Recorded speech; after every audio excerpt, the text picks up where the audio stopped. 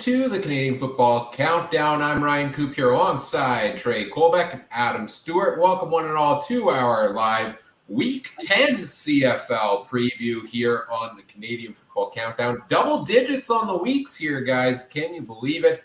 The season is rolling along. We're pretty much at the midway point here, and we've got a lot of fun things to talking about coming into this week. We are live on a variety of different platforms, all made possible by our presenting sponsor, Game Time TV. Learn more at facebook.com/GameTimeTVMB. Welcome to everybody joining us live. We'll be taking your questions and comments in the live chat throughout the night as well. Hello to everybody listening or watching after the fact. Also, before I bring in the rest of the panel, I do want to mention we are a proud member of the Canadian Football Podcast Network. And as always, want to acknowledge that the Canadian Football Countdown is brought to you from Treaty 1 territory, traditional territory of the Anishinaabe, Cree, Ojibwe, Dakota, and Dene peoples, and the homeland of the Métis Nation, as well as from Treaty 4 territory, traditional territory of the Cree, Saulteaux, Dakota, Lakota, Nakota, and Métis Nation. Now let's bring in the rest of the panel here this evening. In the middle of the screen, if you're watching the video, is the great Trey Colbeck. Trey, how are you tonight? Doing fantastic, boys. Like always, ready to talk football. And didn't have a great day with the track today. So let's focus on some football going forward. Yes, of course, Trey. A pretty good day on Monday on the racetracks. A good weekend of CFL betting this past weekend. We'll see what he has in store for us here later on today as well. Joining us also here this evening, the great Adam Stewart is back once again. Adam, how are you tonight? Hey, I'm doing good, Ryan. Just ready to go and talk some football and move on to more and bigger and better things. I think we're only 2 weeks away from harvest here, so things are getting exciting around this area. Right on. Of course, you can see all of Adam's fun farming content over on his Twitter or his YouTube. We'll plug that, of course, later on as well. Week 10, we're here. We're ready to preview it. We're going to talk storylines here. We're going to talk CFL fantasy options. We're going to talk betting here this evening as well. Of course, this episode of the podcast is sponsored in part by Betstamp. Betstamp, a free app that helps you find the best odds across different sports books, maximize the value of your online sports betting wagers. Learn more at betstamp.app and sign up with your referral code CFC. Let's start off with the storylines here this evening. And for that, we go to our resident storytelling expert, the great Adam Stewart. Adam, take it away with game number one here for us. Well, of course, game number one is on Thursday Night Football when the Montreal Alouettes and their air horns show up to take on the world's loudest fans, the Winnipeg Blue Bombers, as they've self-anointed themselves as well. I think the first storyline that we go into this one here is that Winnipeg is going to get a lot healthier, I think, this week with the return. Looks like he's on the depth chart already of Greg Ellingson. First things first, what does this mean for the Winnipeg Blue Bombers? Ryan, let's go to you. I mean, having Greg Ellingson back is massive. We saw, throughout everybody's been talking about Dalton Schoen as the great new addition in Winnipeg, but really Greg Ellingson has been just as good, if not better. He has been Collaros' go-to guy.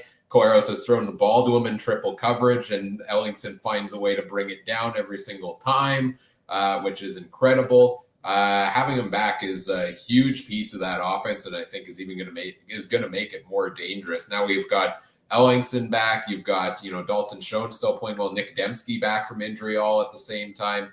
Like that Winnipeg receiving core is looking pretty scary right now. Trey. Sorry, guys, trying to pull up the depth charts. Yeah, I only got one thing to say about Winnipeg.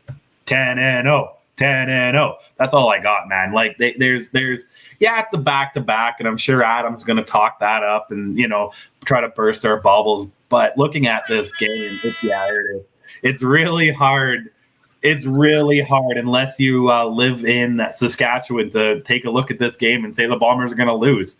My biggest worry is, are they going to win by 11 and cover that spread later, which we'll talk about. That's my biggest worry, but I have a tough time thinking they're not going to win by at least the Rouge. So I think I'd expect to this. I think if one team's going to end this, it's going to be Saskatchewan and Labor Day, and I think that's when the Bombers might suffer their first loss at this rate. Well, you know what? I'm still looking at this team and thinking, boy, are they confident right now. I mean, they're playing a team that's really kind of subpar in the Montreal Alouettes. They're a great team, though. When they get going, they can beat a team. We did see Dominic Davis also on the Montreal side of the ball start practices first game on Monday. I believe he actually was taking the starting reps. Is this a thing going forward, or did Trevor Harris already lose his job as well? Because we know that Vernon Adams Jr. is on the 6-game injured list. What's going on in Montreal in that quarterbacking situation, Trey? Sorry, who's on the 6-game injured? Vernon Adams? Is that what you said? Okay. Yeah, Harris is number 1 on the depth chart, so I'm not too concerned about it. It's probably just a TLC day. He probably got, you play that Winnipeg defense, I'm sure you want an extra day off, and then you need then you're going to see them again the next week. No, I think if he's going to lose his job, it's going to be to Vernon Adams, if possibly. I can't see them trading him not smartly. If they do, that'd be one of the worst trades in history, just below the Gretzky one, which happened, 34 years ago this week. So I can't see Vernon Adams going anywhere. To me, this is his team. I'm really confused about this. But Trevor Harris is on the depth chart. I believe I was even trying to trade for him today on our fantasy league, which I don't know why. When I saw that, I was like, no, I got to reevaluate my life a little bit here and maybe go talk to my therapist. But I think I don't know what to think about the quarterbacks. I don't know what's going on in Montreal. They made a bit worse decision in firing Kahari. Machacho's not doing much better. I don't know, Ryan, man. What do you make of this mess in Montreal? Yeah, Dominic Davis was the starter the first day in practice this week because Harris was out with injury. It sounded like it was lingering effects from the hit that the spotter took him out a couple weeks ago at the end of the game there.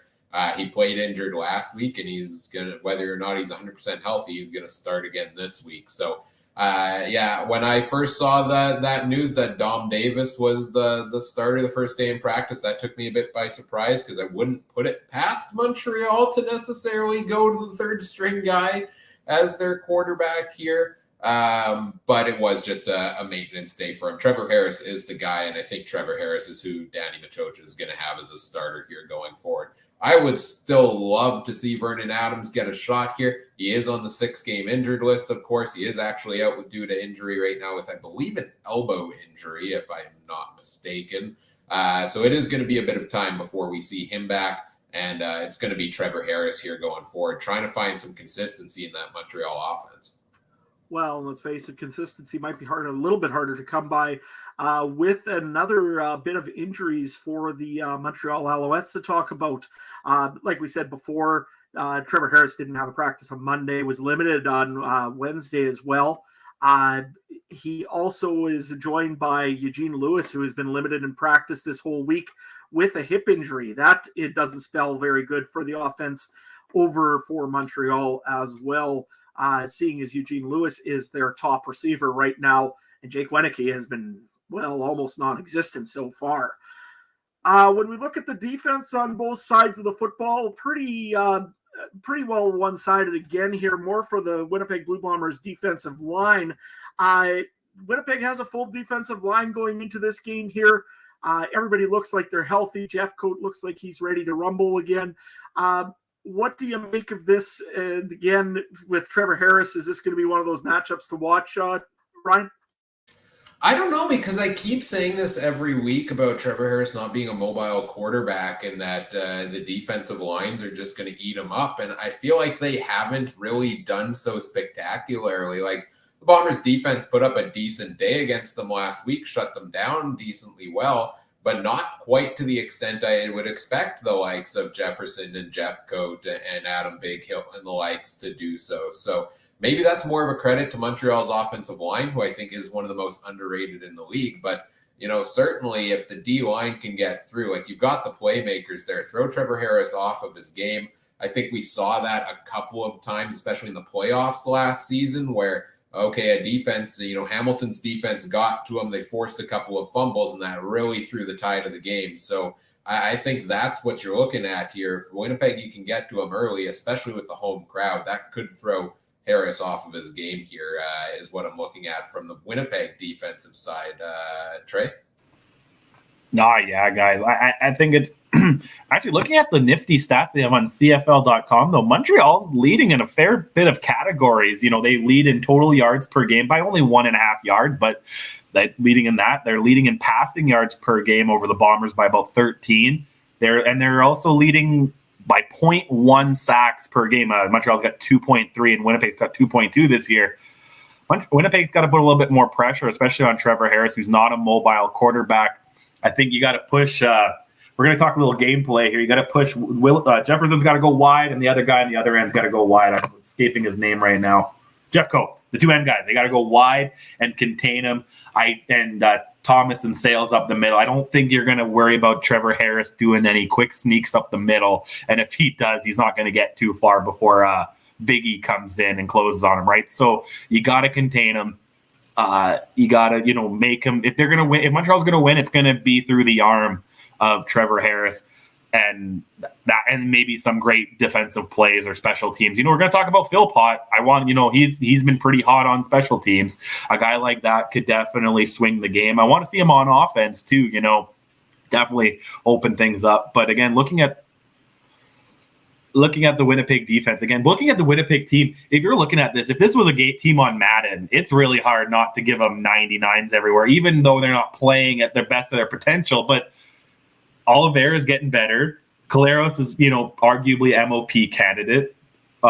Schoen's unreal. Ellingson's not back. Bailey's maybe not having the great year, but Wolotowski had a big game. And then look at the defense. You're really not giving some of these guys 90s on Madden. It's hard to really find a place where this team can get better in Winnipeg. So, but I think again, Trevor Harris could throw the ball in to find some holes. So we'll see what happens on Thursday. It'd be interesting to see how many chances Trevor Harris takes as well with that defense coming down on top of him. Bombers lead the league right now in turnover plus minus at plus 11. Alouettes are -4. So, that's a big storyline to kind of keep an eye on as well, because Trevor Harris does like handing or throwing off the ball quite a bit. Another little quick thing to talk about is the penalty issue. For the Montreal Alouettes. We have to bring it up every week. I hate to do it because I know I'm going to have to bring it up in 3 games time as well. This being said, is there anything that Danny Machocha can do to stop these penalties from taking place besides starting to bench guys? Or is that really the only option here, Trey? He could pay the refs. That's probably the other option. No, yeah, penalties is a tough one. I usually put penalties on the coach. Yes, it's the players who are doing it, but you need to put that mentality and have that winning and that culture. And you're coming into Winnipeg, a place where we're proud of causing procedures. We put the number up on the board every time it happens. Hasn't happened a lot this year, but this could be one of the games where I think the Winnipeg faithful will be standing up and cheering a few times, and that number might go up a few times. Like I said, I think I heard 28,000 from Bombers officials could be going in on Thursday, and that's just what it is now. You never know what it could be. It's supposed to be a beautiful day in Winnipeg on Thursday night. Yeah, if I was the coaching staff, I would have been pumping in that air horn. Whoever has that air horn, I would have been sitting there all day on practice, helping these guys with cranked music, and maybe even Toronto with their fake music could have came into Montreal and helped them through the week and got them ready for that, because I think that one's going to kill them. Yeah, hold it, and then that's a couple procedures, couple holdings, couple defensive pass interferences, and next thing you know, Montreal's given up 100+ yards and penalties and just giving the Bombers points. And it's not a team you should be given points, right, Ryan?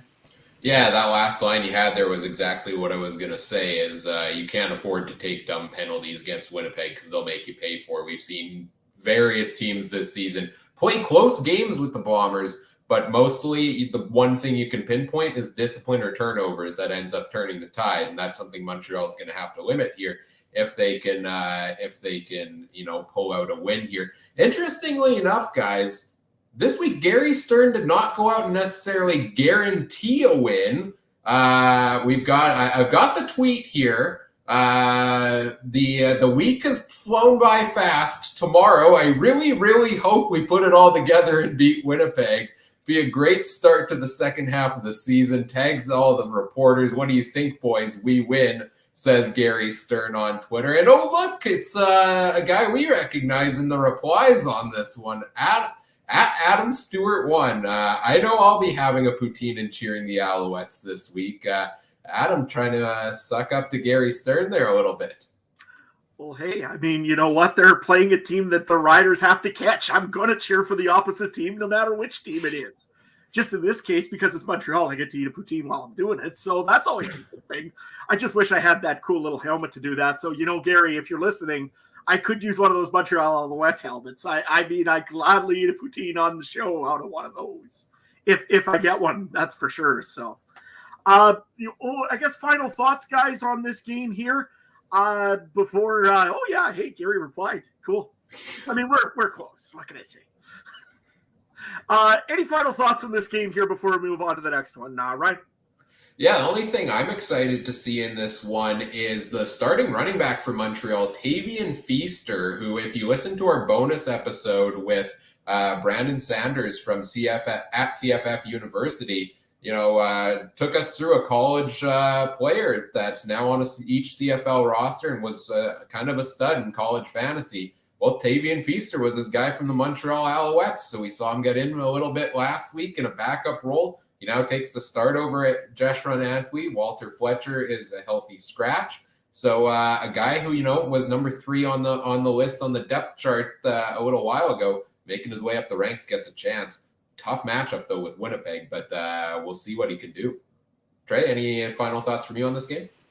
Yeah, I try really hard not to be a homer, but I just got to say 10-0, because that's going to be all you hear third and fourth quarter at IG Field on Thursday, especially if they got a lead. It's going to be 10-0, and they're going to do Ryan's favorite thing, the wave, and they're going to get cheering on offense, which I can't stand. And that's going to be it's going to be a great night at IG Field. I hate the wave so much. I hear all of these single things, the counting the procedure thing, the going and having to wave an offense and fans whining about it. It sounds very similar to a team that's a little bit east of Winnipeg, but nevertheless.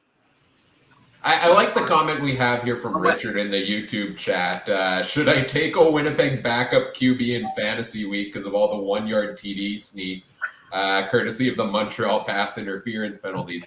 We'll get to it in fantasy later, but hey, if you're feeling risky, you might be onto something there, Richard. And also one other comment that I wanted to get to here was from Chris Hominick. Will the Owls play 4 quarters this game? I'll tell you right now, if the Alouettes could play a full 4 quarters, they could win this game. The Winnipeg Blue Bombers have not pulled a full 4 quarters in yet this season. They've put in the quarters that matter, the last of the third and the fourth quarter. The Winnipeg Blue Bombers have been very, very good. But in the first half, sometimes the Bombers are beatable. So if you can get to the throat early of the Winnipeg Blue Bombers, maybe Gary Stern's team might just have a chance of winning this game after all. Moving on to the next game that we have here, it's the Toronto Alouettes. There's a different story. Anyways, we'll go with the Toronto Argonauts. They're going to be traveling this week for the back of a home and home as well against the Hamilton Tiger Cats over in Tim Hortons Field.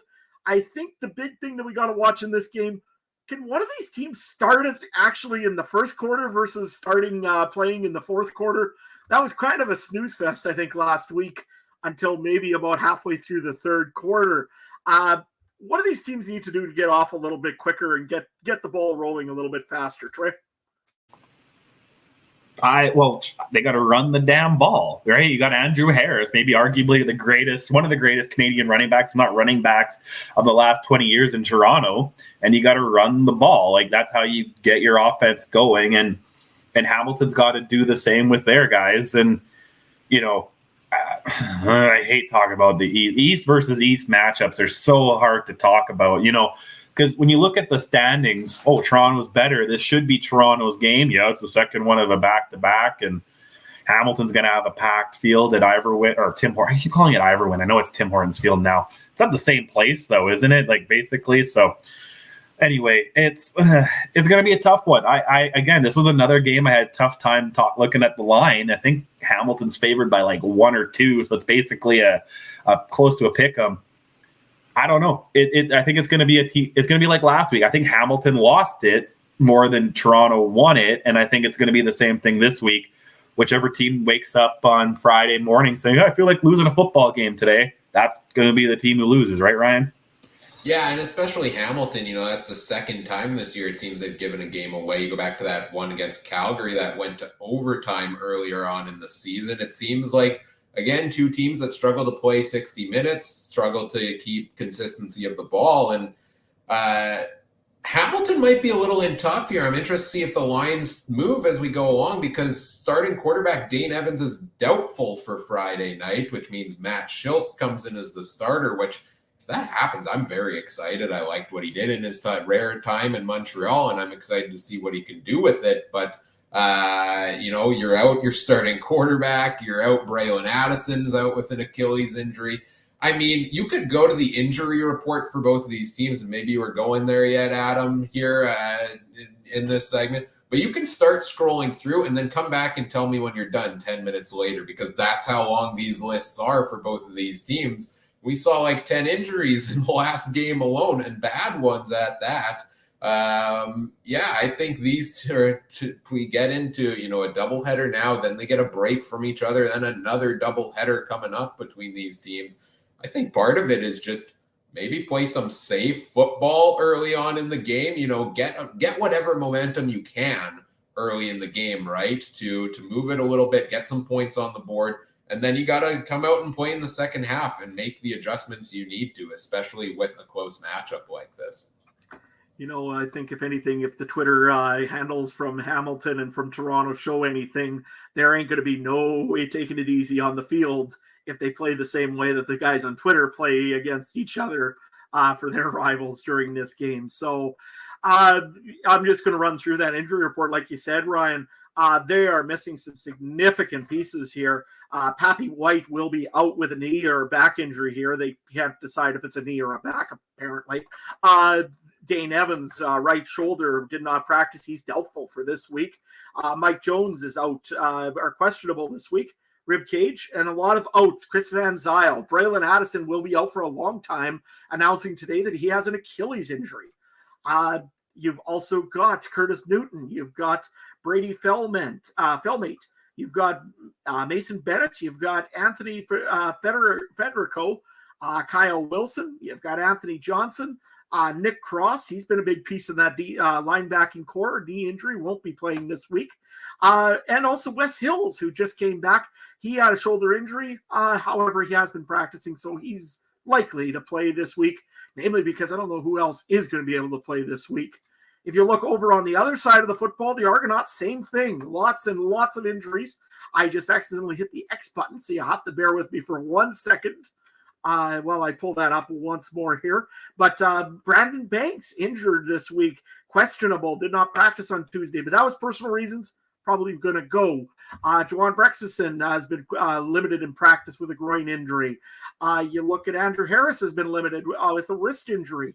Shaq Richardson, also questionable, didn't practice all week with a groin injury. Eric Rogers, again, did not practice this week with a quad injury.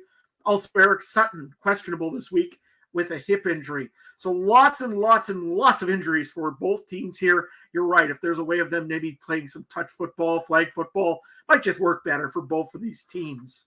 I think if we see that Brandon Banks is playing this week in Hamilton, what do we think on Brandon Banks doing something this week to start getting his Argos career started up against the Hamilton Tiger Cats? Are you guys thinking Brandon Banks this week? Right? I don't know, because he was the backup last week, right? Because Eric Rogers came back into the lineup. It's a very full wide receiving course over in Toronto. You've got Eric Rogers back, Varus Daniels, Markeith Ambles. You've got Cam Phillips is coming on strong, Curly Gittins Jr. Like, Brandon Banks is going to have a hard time fitting into a starting role there. It's interesting. You look at the fantasy prices, and his seems to keep dropping and dropping. Could we get to a point yet this season where Brandon Banks is a $2,500 value play, which would be absolutely insane to see that happen? I've been waiting for him to get in for a game against Hamilton here. I feel like they have to. one of these days, and it seems like a guy that might be riled up, a little extra motivated in here. I could also see all of these, both of these teams doing a lot of lineup shakeups over the next month or so for all of these matchups, to try to gain a little bit of an edge. Oh, they're used to seeing this. Well, now let's throw this guy in. So I don't know if this is the week necessarily for Banks, but I'm hoping we see him back in a starting role and having a good game one of these weeks against his former team. Trey? Yeah, I hope he can perform, but I don't know if he is. Again, he's probably going to be second on the depth chart. He did see some time, but I think the most screen time he got is like when he should have got an offensive pass interference last week, right? And the rest let that one go. And then other than that, he had a couple of catches maybe. So I don't know. He should have a game. I don't know if he will. I don't know what else to say about this one, man. Like, I have a question with Ryan because you kind of were high on Schultz. So we can go back to that. Do you give Hamilton a better shot if Schultz is playing over Evans, or the same? I don't know if it's a better shot, but it's I'm not overly concerned in doom and gloom with him out of the lineup. I think he is a very capable backup, borderline starter potential that never really got the shot over in Montreal. But yeah, Evans has had a down season at times here. He got to cut out the turnovers and stuff. So maybe that's something Schultz is able to do a little bit better, but I don't think he's night and day. I don't think he should be the starter right now when both are healthy. I'm looking at it right. Oh, yeah, go you, Adam. Yep. Okay. I was just looking at it here again. Hamilton is the worst team in shakeup of Hamilton going after going and putting Matthew Schultz in. I think all the power to him at this point because Matthew Schultz is just, again, a new face in there. Maybe he can get something else done that they're not looking at over in Hamilton. We'll have to see how this one develops. Guys, I'm going to go to final thoughts here because I think I'm freezing up a little bit. Trey, we'll start with you. I'll waste my time on final thoughts. We had a comment from about the last game that came in from Tim. Do we know if the Bombers' alternate jersey uniform record? I have no idea. When was the last time we had an alternate jersey? Was it with that gold one we would wear sometimes? I don't know. Was it the blue camo one? That's the first one that jumps to mind. I guess the record is not great because it's been a while since the Bombers have had a third jersey, and that brings us back to the nightmare era, right? So that would be my answer for that one. I'll give them, they wore the whites at home, and they're 1-0. So I'll say that's their alternate jersey at home right now when we had our Bomber white out. But, yeah, Hamilton, Toronto, run the ball, boys. If you got if Dane Evans plays but he still has a sore shoulder, you got to run the ball. Bethel Thompson needs some space and time, and you got Andrew Harris, who, when you give him time and give him the ball, he can still perform. It seems like wrist injury. Yeah, he's just tired from paying counting his money from his paycheck in Toronto. I think that's all that is, Ryan. Yeah, I was interested about that wrist injury as well because it looked like it could have been something like a broken hand the other day. Now, I'm certainly no doctor, but the way he was holding it afterwards, that thought, maybe is Andrew Harris out this week? He's questionable, not doubtful, questionable. A lot of guys play still when they are questionable, but if not, we could see, his backup 15th overall draft pick this year, I think, Daniel Adebayoye, get in for the start this week, or maybe we see AJ Ouellette. And I'm always excited to see the backups get in for a shot to show what they can do. It's exciting for me in that case. As much as I love the stars of the league, I like the up-and-coming backups too, who have a lot of potential. So, I'll be looking at that once the depth charts come out. You know what? I'm looking forward to this game again. This is a huge rivalry in Ontario back in the day. The Ticats, the Argos, they're supposed to hate each other. The fans sure don't like each other. We can see that on Twitter. But I want to see these teams just that they don't like each other as well. I want to see the pushing. I want to see the shoving. I want to see all of that because you know what? It makes it exciting for the next game when it is Labor Day. And let's face it, we all talk about the Western teams in the Labor Day. I really want to see this Eastern team get ignited once again. Hamilton fans, people are saying Toronto fans are the loudest in the league. Go and prove them wrong there in Tim Hortons field. I'm just trying to stoke the flames a little bit here. Moving on here, I guess, to the next game, which is probably, been anointed as the game of the week. Nathan Rourke and the BC Lions are going to head out, and the student is going to go and try to take on the master, I suppose. You can decide which is which. Bo Levi Mitchell and the Calgary Stampeders. Ryan, here's your 45 seconds to a minute to explain why Nathan Rourke should still make the Hall of Fame after this game.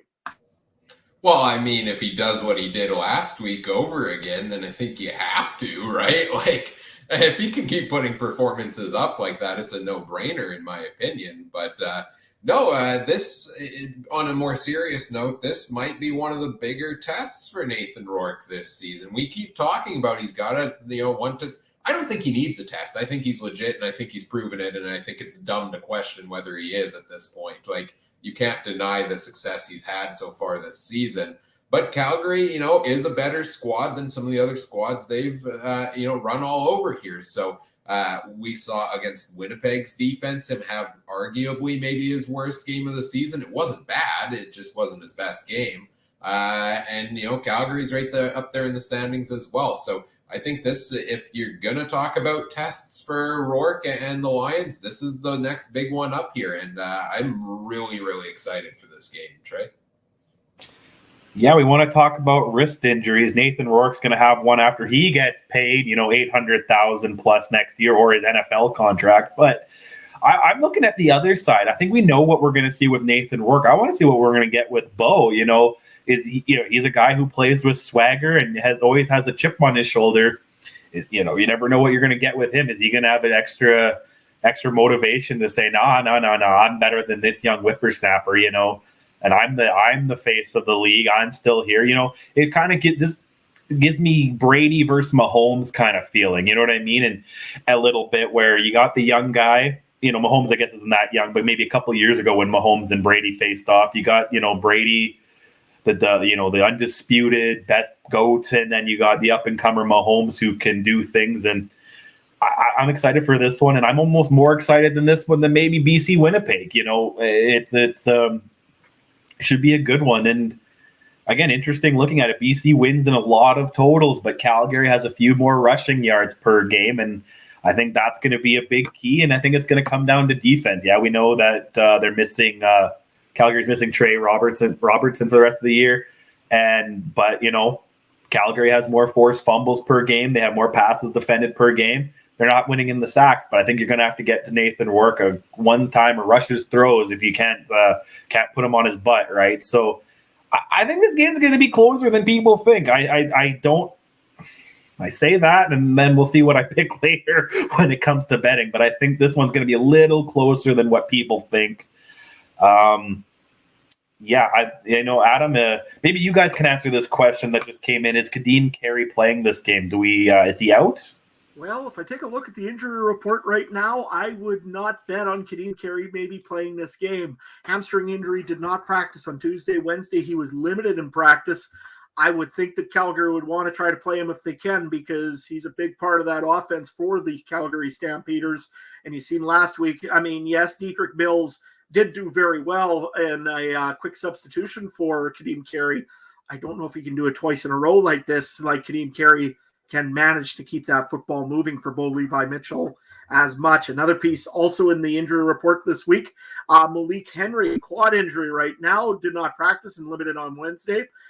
We also take a look at Jameer Thurman, linebacker again. They're getting very thin in linebacker over on the Calgary side with, again, like you said before, Trey Robertson out for the season with knee surgery. And also now you don't have Jameer Thurman in there as well. Over on the BC side of the football, Keon Hatcher has got a shoulder injury. However, he did practice all week.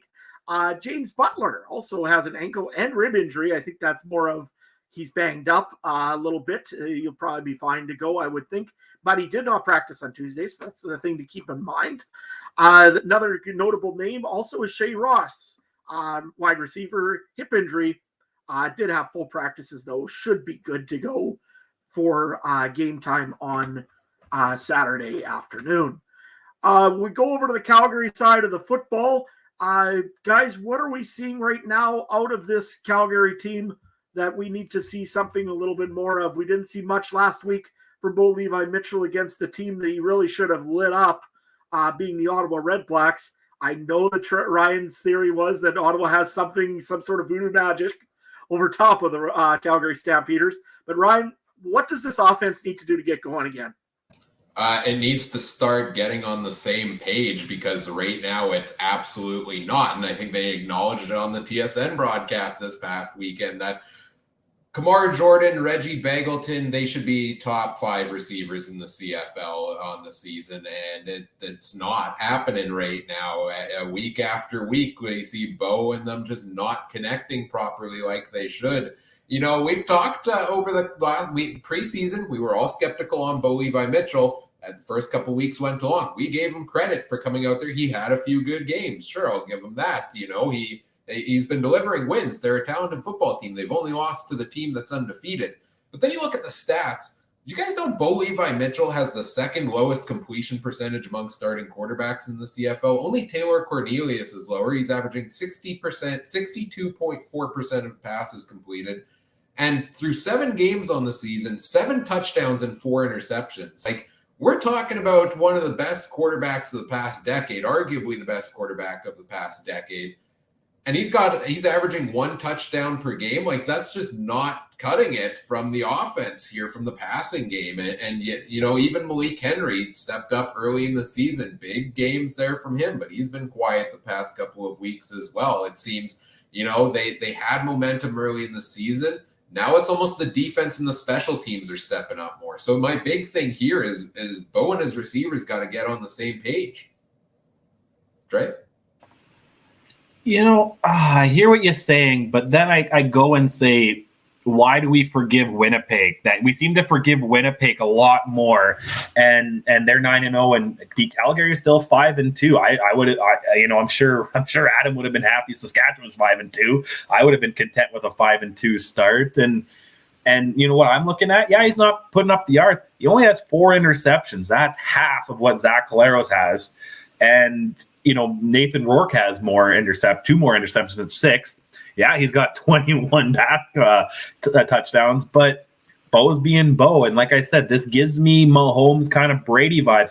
We've seen years where Brady just can nickel and dime it and somehow win a Super Bowl. And then you have Patrick Mahomes going out there doing Superman dive jumps and coming up short. You know, it's a quarterback's a veteran position at times. And Nathan Rourke, I think, is a guy, you know, in if he's still in the league in 5-10 years, we'll be talking like he'll be the Bo then. But is Bo who's the Bo now? It's still Bo. So I want to see Bo. See, it's a tough one. It's another tough one. I think Bo is going to Bo Levi this game, and I think he's going to. That's how Calgary needs to do it. They need to do what they've been known to do over the last decade, and just suffocate the other team and chew up yards and chew up time of possession and. You know what I mean? I don't know. This one could be a 40-40 or it could be 14-13. I could see it either way, you know. Tough defenses. I don't know. You know, it's a tough. I really hate this one too, guys. I don't want to get. Can we just leave the betting one this week and just go? No. I really can't. This is one of the games. This one and the last game were 2 of the ones I have real difficulty with. And, oh man, I'm gonna be throwing beer cans at my TV on Saturday for sure, aren't I?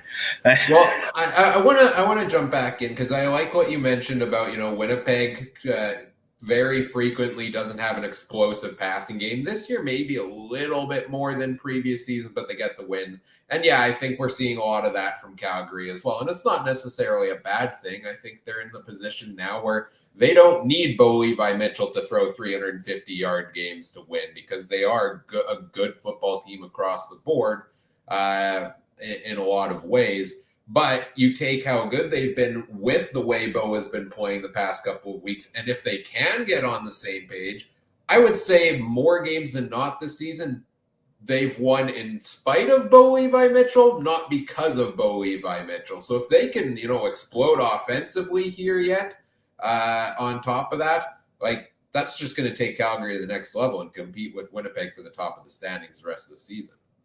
Yeah, but to add to that, but could we not, again, we could say the same thing about Collaros. You know, I don't think the Bombers have won all like maybe a couple of games, but not every game we haven't won because of Collaros. You know what I mean? True. You know, so, and that's what I mean. And Collaros found a way to somehow beat Nathan Rourke, you know, so I don't know. It's a tough one. Adam, what do you think? I'm looking at this here, and I actually got one more question for both of you instead of answering that one for you. I've heard it on a few times now from a few different little radio stations around here and from a few national products. Is the quarterbacking in the CFL just kind of not what it should be right now? Now, save Nathan Rourke. I mean, obviously that's an exception. But you take a look at the CFL quarterbacking situation all over the place. Well, Levi Mitchell hasn't played up to his usual standards, as you've just described. Zach Collaros, he's, again, good game manager. Don't know if he's that guy that'll take you out and win a game just because of Zach Collaros. He can do it once in a while, but he doesn't do it every game, right? Cody Fajardo, same thing with the Riders. If he has the help, he's fine. Otherwise, he's not that dynamic quarterback that you expect. Like, he's no Mahomes, he's no Brady.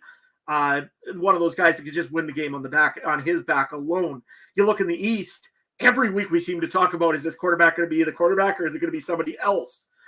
Pretty much with any team in the East, I don't have to pick which one because they're all been talked about. Even McLeod Bethel Thompson, we've talked about Chad Kelly on this program quite a bit.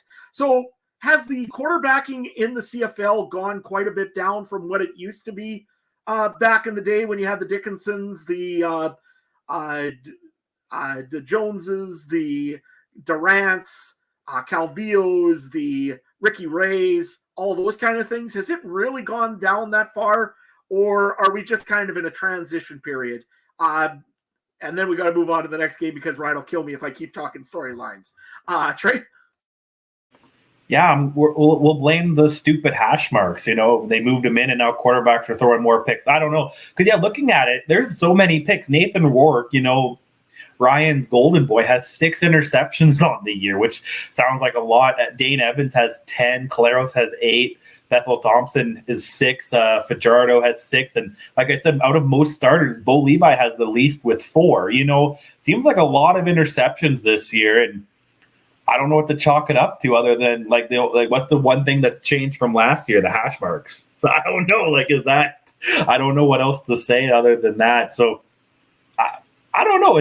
Do we want to say quarterback play has gone down, or do we want to maybe say the athleticism of the average defenders went up? I might go up with that because it's not, we have this idea that cornerbacks and defenders sometimes maybe get their positions because they can't catch or whatever. And actually it's usually receivers get their positions because they can't tackle, and then the cornerbacks are the better tacklers, but they can still catch pretty good. And we see a lot of defenses, Winnipeg, Calgary, and BC included, that they like to take the ball. So I'm going to go with the defense is better more than quarterbacks are worse, right? Yeah, and this is a trend that we saw last season as well, coming out of the pandemic last season. Last season, the offenses were even worse. I mean, I don't have the definitive stats on me, but I think the offenses across the board are better this season than last year. But last year was a rough year for the offense. The folks that love, high-scoring games, they just didn't come. And like you said, Trey, I don't know if it's necessarily that the quarterbacks are getting worse as Adam switches hats here. A nice transition there, Adam. I like that. Very smooth. He's got his Riders hat on now. He had his CFL hat on. Now he has his Riders hat for those listening to the audio feed, because I think we're moving to that game here very shortly. But I think there's still some very talented quarterbacks in the CFL, but I think maybe the general level of play across the board in the CFL is improved to the point where maybe you don't have as many definitive standout stars, whether it's at quarterback, at running back, where we see a lot of dual back systems and switching your starters and stuff, at receiver, like Trey said, the elevated play in the defense. So maybe scoring's down a bit from pre-pandemic times, but I don't think overall necessarily. Can I just add one more thing? I think throwing a football is also like shooting a basketball. You need repetition, right? And some of these guys had a year and a half off. So if you tell an NBA player that they can't shoot a basketball for a year and a half, and then the NBA comes back, I'm going to say most of those three-pointers Steph Curry makes, he's going to have issues with, right? It's kind of like that. It's the mechanics. I don't want to say yips, but kind of that same mentality, right? So, but on to the finale. I'm ready for this game too. This is another interesting one, right? Or Adam? Yep, we're going to be moving on to going out to the Brick Field out in Edmonton, where it's a late night Saturday night game with the Saskatchewan Roughriders off the bye week, heading out to Edmonton to take on the Elks. This is a big, big game. As much as it looks like this shouldn't be, it is a very big game for both the Roughriders and the Elks. Roughriders, of course, are coming off 2 losses here to the Toronto Argonauts and to the BC Lions, actually 3 losses in a row, if I'm not mistaken. So they need to get some momentum going here.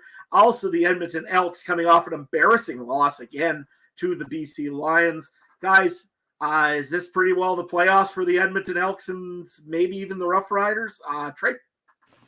Oh, yeah. If the Elks don't win, then they go to 2-7, which they're still better than most of the teams in the East. But yeah, I think it gets interesting if Edmonton can pull off a win. Then they're only 1 game away from the Roughriders. But there's one stat that just jumped out at me. Edmonton has put up 145 points. They're the only team in the West not to hit 200 yet. And there's a couple teams that have played 1 game less than them in BC and Calgary. That's a big point difference, 50-some points between some teams that played less games than you. So they need to start putting up the points. And Chris Jones's defense, 290. The next highest team is, 228, and that's Montreal. I always say yucky stats. Those are 2 yucky stats. There's no way. But at the same time, if Saskatchewan loses this one somehow, man, I would not wear that hat in public, Adam. I think this is a more must-win for Saskatchewan than it is Edmonton. Edmonton, they got nothing to lose, right? They're 5th in the West, and Saskatchewan's got the last wild card spot locked down right now with a 2-game lead on Montreal, right? So this is a must-win, I think, more for Riderville than Edmonton. Ryan? Yeah, in terms of playoff hopes, probably Edmonton. In terms of, fandom, probably Saskatchewan in terms of who it's most important for. Edmonton so far this season, some of these teams, I feel like Saskatchewan has had a lot of East games so far, and a lot of the West teams have had games against the East. The Elks have only played 2 games against the East Division. They're 2-0 against the East and 0-6 against the West. So they've lost already some of those divisional matchups. They're behind in a lot of their, potential tiebreakers here. So each loss they have against this division is only going to pile up for them. And yeah, it's going to start becoming curtains on their season here, if they lose many more like this. So I would say this is a huge game for the Elks to, show that last week was just a bad game against BC yet again, which seems to be their kryptonite. Show us what you did against Winnipeg a couple weeks ago where you held Zach Collaros to 7 completions. I think the Elks have it. I like to think they have it in them. They just got to come out and finally show that they do. Well, I think what's going to help the Elks is maybe having, like Mike said earlier this week, have that consistency with your team. Let's face it, every week it's a different, pretty much, I think Kate Burness did it best on TSN and went and juggled around the whatever it was and said, this is pretty much what the Edmonton Elks defense is. You can't build consistency by continually moving players. Chris Jones, I love the guy. He wants to try to build the best team he can, but you got to see what you got too once in a while and actually look at your cards. You can't just keep folding or moving them around every time. That being said, let's run to the injury side of things. The Roughriders, I don't know if you guys believe in miracles or not. Dan Clark has been limited twice in practice this week. No, he's not playing. But, you know what? It'd be awesome if he'd be getting closer. I think it's just great to see old Dan Clark, the center for the Roughriders, out on the field after suffering such an ugly injury against the Edmonton Elks earlier this season.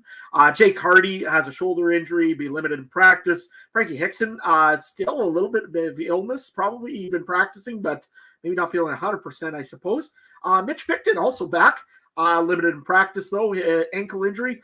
Another big piece, though, for the Roughriders is Pete Robertson, looking more and more likely to play on Saturday night, which would be a huge piece for the Saskatchewan Roughriders to get. Another guy that I don't see on the injury list is AC Leonard. I think they may have moved him over to the 6th game. I'll confirm that when I get a chance. Over on the Elk side of the football, some injuries as well. Dion Lacey has been at practice full, but he has been a healthy scratch, which is kind of strange, but okay. Jordan Reeves also limited with a knee injury. And also David Beard, the offensive lineman, limited with a shoulder injury in the first practice this week as well. I think the big thing that they were going to be looking for here from the Saskatchewan Roughriders is how much can they get to the quarterback, Taylor Cornelius. Last year when they played the Riders, Cornelius couldn't get nothing going. He was throwing interceptions because he was so worried that he was going to get hit by one of the Saskatchewan defensive linemen. Had a terrible game against them. This year, of course, he didn't play the first one. I think it was mostly he. I believe that time it was Nick Arbuckle still. What does the Riders need to do to be getting into that backfield and getting all over Taylor Cornelius, Ryan? So I did just double check while you were speaking there. So yes, AC Leonard is now on the 6-game injured list. One piece I wonder if they're getting back soon, I was just trying to look this up, is I believe they're very close to getting Garrett Marino back here in the lineup from his was it a 4-game suspension? One more week until Marino is good to go again here, it looks like. So they'll be getting a nice piece back, assuming he can, stay disciplined on the and play and focus on playing legal football on the defensive line there. Saskatchewan getting some pieces back from injury. I think Taylor Cornelius, there's a lot of skeptics still out there on his abilities to be a starting quarterback. And if you can get to him and get him off his game early on, I think that's something BC did really well last week against the Elks. Was Edmonton had very few opportunities to run offensive plays. Like they ran the ball 6 times on the night. It feels like they had 3 drives in the first half only or something like that.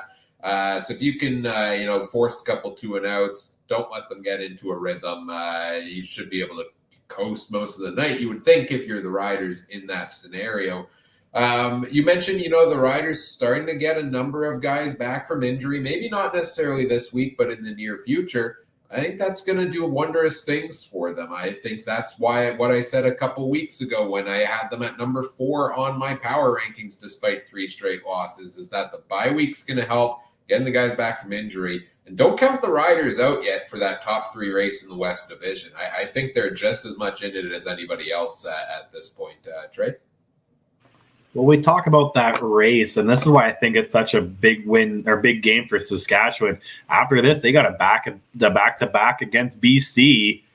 Yeesh, if only one team's beaten BC so far this year. And then during that time, Edmonton plays a back-to-back against Ottawa. Did we not say Edmonton's undefeated against the East right now? So, yeah, that race in the East, I think the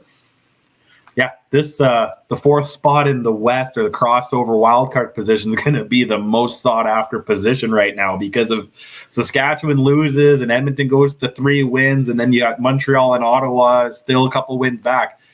It's going to be a big finish near the end. But go back to what we were saying about what the Saskatchewan need to do. You need to watch Cornelius. For a big guy, he can get out of the pocket. And what is he, 6'4"? So if you tackle him and he falls face first, he's picking up 2 more yards on you, right?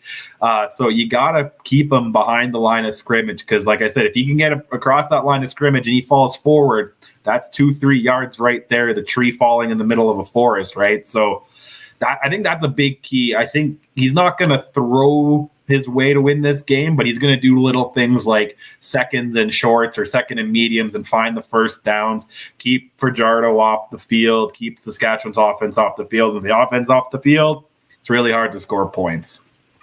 I don't know. I'd rather have the defense on the field in Saskatchewan anyways, I think, for the most part. But nevertheless, I'm just taking a look. You were saying, Trey, how this schedule for the Riders is pretty tough. Don't forget, right after those 2 BC games, I think we got a Labor Day Classic and a Banjo Bowl to worry about. So you've got 4 games right away for the Saskatchewan Roughriders. You've got to probably split those at least, at the minimum. Otherwise, you're going to be out of this race in a hurry for 3rd spot. I would think probably Calgary's the odd team out right now if everything went well. just by the way it all looks. But again, Saskatchewan really needs to get on a roll and get on a roll quickly. That being said, Edmonton, we know the story there. They are a team that's starting to rebuild, I think, kind of on the fly, and it's been this way all year long. You look at a guy like Kenny Lawler and like Emmanuel Arsenal and a few of those veteran receivers. Quick question for you guys, because I think I better get over this because Ryan's going to murder me after this podcast is over for making this too long. I will do no such thing. That because he's also 6 hours away. Anyways, just a quick question and then final thoughts as well. Is it time for Edmonton to maybe start shipping off some of these veteran receivers for picks or for players? Right? I don't know. I was just about to pose the question to you guys. They spent $300,000 on Kenny Lawler this offseason, and to his credit, he's had a good year. He's been their go-to receiver, and he's had a solid season. He is currently, I'm just looking, he's 9th in the league in receiving yards at 517 right now. I wouldn't say that's worth the $300,000 necessarily when there's a lot more holes on the roster it could have gone towards to fill, right? So, yeah, it's an interesting question of when do they start shipping guys out. You don't really see trades very much in the CFL, especially mid-season, right? So I don't know what to expect a whole ton in that sense. Because to be honest, you can see a team rebuild everything in the offseason through free agency, right? So I don't think we're seeing too many trades from this team. I think we're going to see the circus continue from Chris Jones It seems like he's throwing his roster at the wall every week and trying to see what sticks, and nothing's sticking right now. So we'll see. We'll see if that comes. I was about to say I'd love to be in the mind of Chris Jones, but that sounds like a very scary place sometimes, and I don't know if I actually want to be there. But I would just like to know what his plan for the rest of the season and going into next season is here, because it seems like they're trying a bunch of things without a clear plan of turning this team around right now. Trey? Yeah, maybe some of the other receivers I could see being moved out, but the question is, what team has $300,000 in salary cap space? I don't think, unfortunately, that's not really public knowledge in the CFL as much as in other leagues, because I'd be on salary cap friendly or cap friendly or whatever, and be figuring out, well, maybe a team like Toronto or Ottawa or Hamilton might have $300,000 and could give up a first or a couple draft picks that tickle Chris Jones' fancy. But I can't see BC, Winnipeg, or Saskatchewan or Calgary having the space, and those are the teams that I think would really, really, really want a guy like Lawler. But yeah, like some of the other guys, maybe I could see. But like Ryan said, this is the CFL. We don't see those trade deadline things like we see in other sports. We already had a pretty pathetic baseball one for Blue Jay fans, so I don't really want to get too hyped up on CFL trades. But yeah, like the Chris Jones in his head thing, it's either something great, like, the greatest orchestra symphony ever or something like that. And we just have to take a step back and wait, or it's going to be the monkey going like this on the cymbal, like you see Homer Simpson in the dude. It's one or the other. And I don't know. And I think we're going to find out maybe in a year or two, because I don't think this is the team yet. Maybe they can somehow find a way to squeeze Saskatchewan out of the fourth. I don't see them any higher than that. And I don't see them. Well, they play in the East in the playoffs, I guess, but I don't see them beating Winnipeg, BC, or Calgary come November time. I have a tough time seeing them even beat Hamilton and Toronto come November time. So I think this is a next year or next 2 years team, but we'll move on. Yeah, no, I'm looking at this team too. And, I'm just looking at one thing, though, and the reason I brought up trade was you've got a quarterback in Montreal right now that needs a new home, essentially. You're not probably going to play Vernon Adams Jr. I mean, let's face it, it's not going to happen. You've got also a receiving core that has one piece in it right now, because it's kind of all the Eugene Lewis show in Montreal. Could you imagine a guy like Kenny Lawler over there, or maybe a guy like Manny Arsenal to kind of lead some of these younger guys into there? And again, you get a good quarterback, which I think Edmonton, if they got a quarterback, they might not be a terrible bad team this year. I think their biggest problem is, Chris Jones chopping wood in the top of his head all day, and I'm sure that's what's in there, Trey, is him with a guy with a lumberjack thing just sitting there and hammering on wood.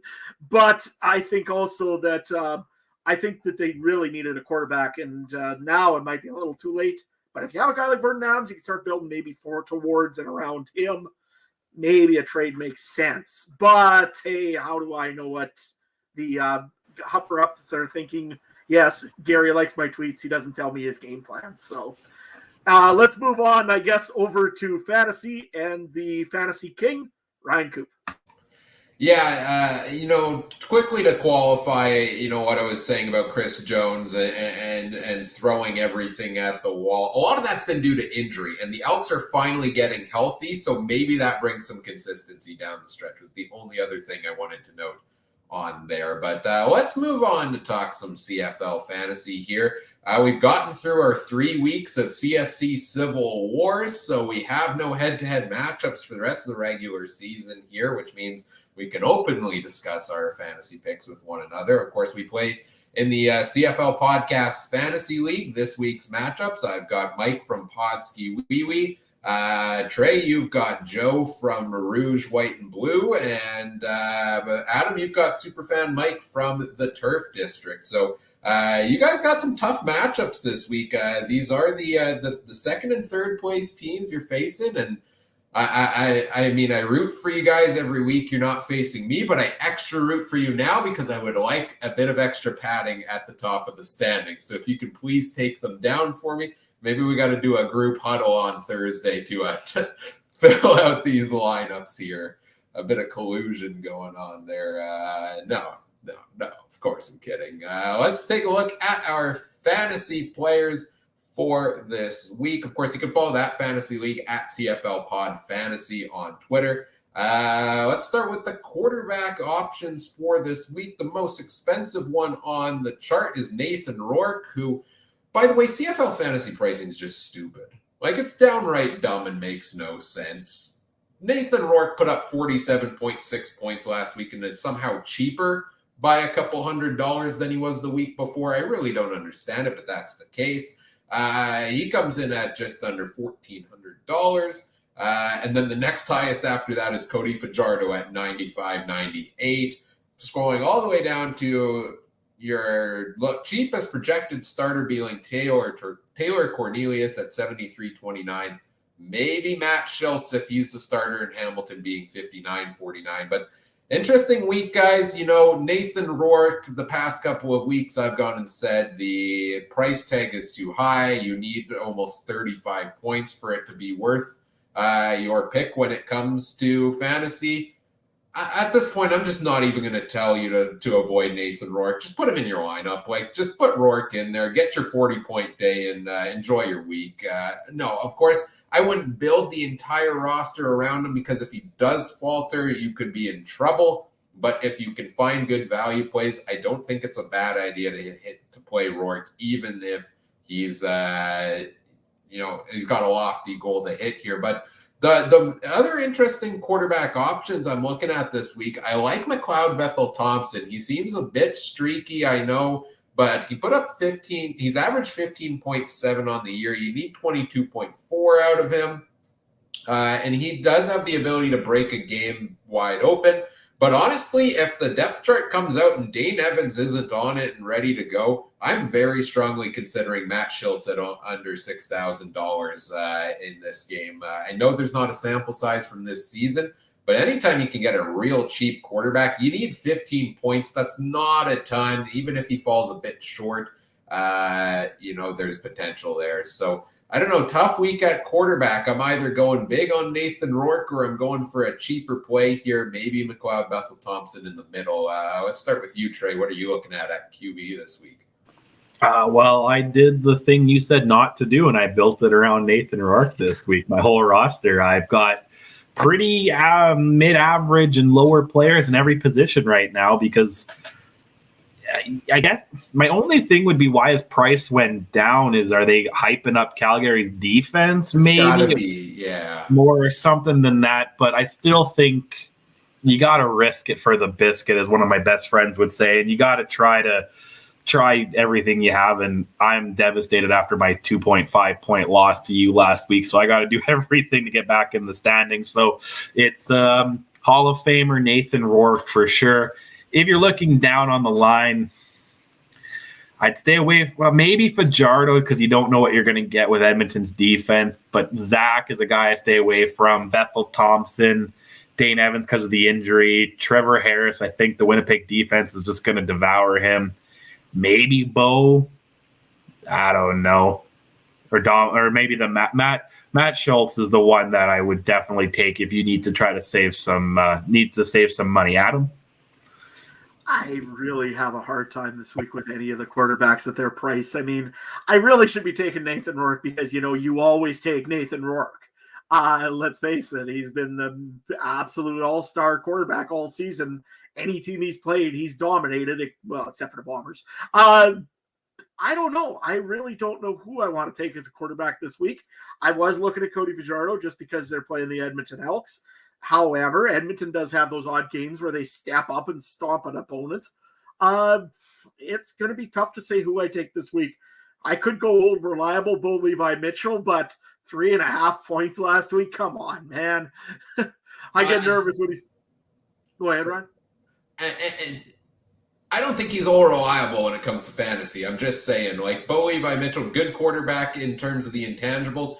Not great when it comes to fantasy, right? So he's averaging 12.7 on the year. Only Trevor Harris is really the only other starter that's higher than. So, I mean, the only option really for me, I guess, is as it was suggested earlier today. I might be looking at Drew Brown or at who's our other quarterback for Winnipeg that I could maybe think about. Dakota Prukop. To Dakota Prukop. I mean, maybe I go that way and just take some cheap picks, I guess, and save my money for down further. I don't know what to do in quarterback. Right now, I'll tell you right now, I've got Zach Collaros just because I think that he might really take it to Montreal this week. But that's the only reason I'm looking at Collaros. Really, I don't know. Yeah, tough week at quarterback this week. Let's see if running backs give us any more clarity. I think there's one that's primed for a really big week this week. Actually, I think there's a couple of them, but the most expensive one on the chart is Jamal Morrow at 88.67. And if you can fit him in your lineup, he seems like a guy you kind of got to fit in your lineup. He's averaged 17.4 points a game this season. He faces the Elks defense that's last in the league against the run. My only concern with Saskatchewan is always Jason Maas's offensive game plan and whether that's going to lead to Jamal Morrow actually getting the ball as much as he should. But it's a great matchup for one of the top running backs in the league. Other options I like this week, I like Brady Oliveira at 58.79. He's been coming on strong the past couple of weeks here. And seems like he's producing pretty well. I think last week just under 100. The week before he had 100. Last week he had a touchdown, I think it was, possibly. Or the week before, one of the two. And if the Bombers can get up big against Montreal or keep running the ball like they have been the last few weeks, he should produce a good total there. I've got Don Jackson. I think I might have a typo here on the price. I believe Don Jackson's around 6,800 last I checked. Looks like I copied Oliveira's price in there accidentally, so my apologies. I like Don Jackson as a running back option. And that's crazy to think that I'm saying this about a Hamilton running back, but yes, he only got 10 carries last week, but he got in there for a number of catches. He was, second or third leading receiver for Hamilton? And that's what you want. A running back that can catch the ball is going to bring you fantasy points. Jackson's only going to get more involved in that offense, especially if the backup quarterback Matt Schultz is in, especially with Braylon Addison out, all those other receivers out. I like Don Jackson as a potential play. And as you go down the charts, the rest kind of depends on who's in the lineup, right? If Kadeem Carey's out, Dedrick Mills hit 100 yards last week and is only $4,000. That's a potential solid value play there. If Andrew Harris is out, maybe I'm thinking one of those Toronto backup running backs. And I'm kind of tempted to go with $2,500 Tavian Feaster for our guy Brandon from the college fantasy football, right? $2,500. I know he faces the Bombers, but you can get a starter who should hopefully get a number of carries. Yeah, he could deliver you some value there at running back. So lots of options to consider. This is a week I'm high on the running backs, maybe more so than usual. Let's go to you first here, Adam. What are you looking at running back? Well, first thing first, I'm looking at Jamal Morrow. I mean, let's face it, he's playing Edmonton. Last time he did 126 yards, a touchdown, and 17.4 fantasy points. And then, by the way, I didn't even mention the receiving side of things. That was because he got 0. But that's a different story. No, Jamal Morrow, definitely I'm going to be picking up this week for fantasy. The other one that I'm looking at is depending on what happens with Kadeem Carey. Dedrick Mills had a good week last week. Very admirable setup for what he is. I think that he has some potential in the league. I mean, he's the reason why he beat out Peyton Logan. Peyton Logan. I get the names mixed up all the time. I'm sorry about that again for this week. So he did beat him out in training camp, and there was a reason why. He looked very good against the Ottawa Redblacks. Was really the only piece that looked good against the Ottawa Redblacks. So if he's in and playing and starting, I'll probably pick up Dedrick Mills. If he isn't, I'm going to look at some adjustments then and try to figure out where I'm going to go this way. I might go a little bit cheaper. I might even look at one of the Winnipeg running backs, which I'm pretty much forbidden for doing, seeing as I've got Trey Forbidden in the Saskatchewan defense. Trey, who do you got? Oh, I forgot about the Saskatchewan defense thing. I'm going to have to readjust a little bit. We'll talk about that later, defense. But I forgot. But anyway, first running back, I agree with Dedrick Mills. Again, it all comes down to what the depth chart says. But even still, they might do a 2 running back system, and that could be okay. For my other running back, man, I'm going to go with what our boy Brandon said. Back-to-back shout-outs I'm giving him this week. Feaster, man. We can't have a guy come and talk about college fantasy and then completely ignore him all year long, right? We had him on here for a reason.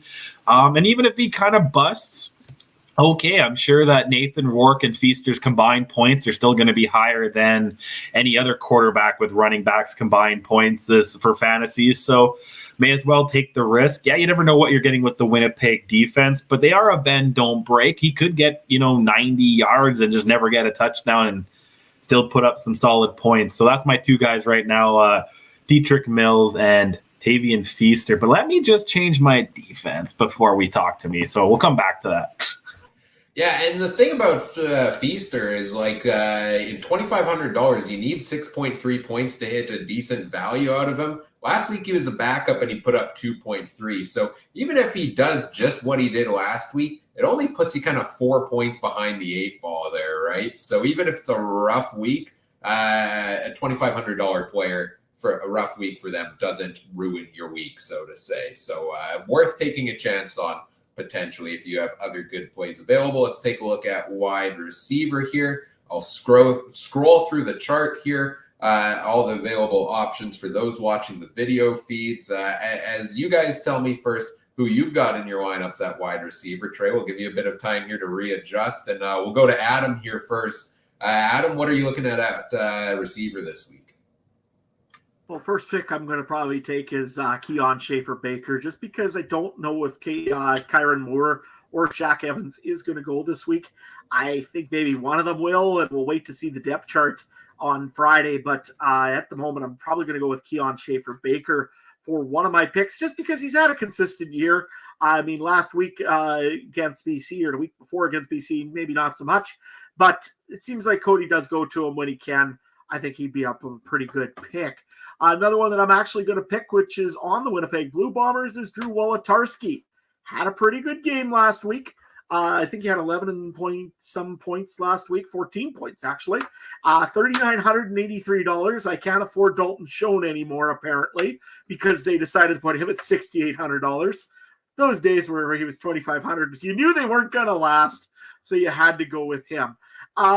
And I've still got enough money that I'm probably going to look at one of the BC Lions receivers. I just don't know which one anymore because they're all pretty valuable. Keon Hatcher is probably still my more reasonable one. Same thing with Katoy. Javon Katoy is probably pretty reasonable as well. But that's what I'm looking at right now. Or I might just pick up Mitch Picton for real cheap and then see what I do up in the running back side of things. Trey, how about you? What are you thinking?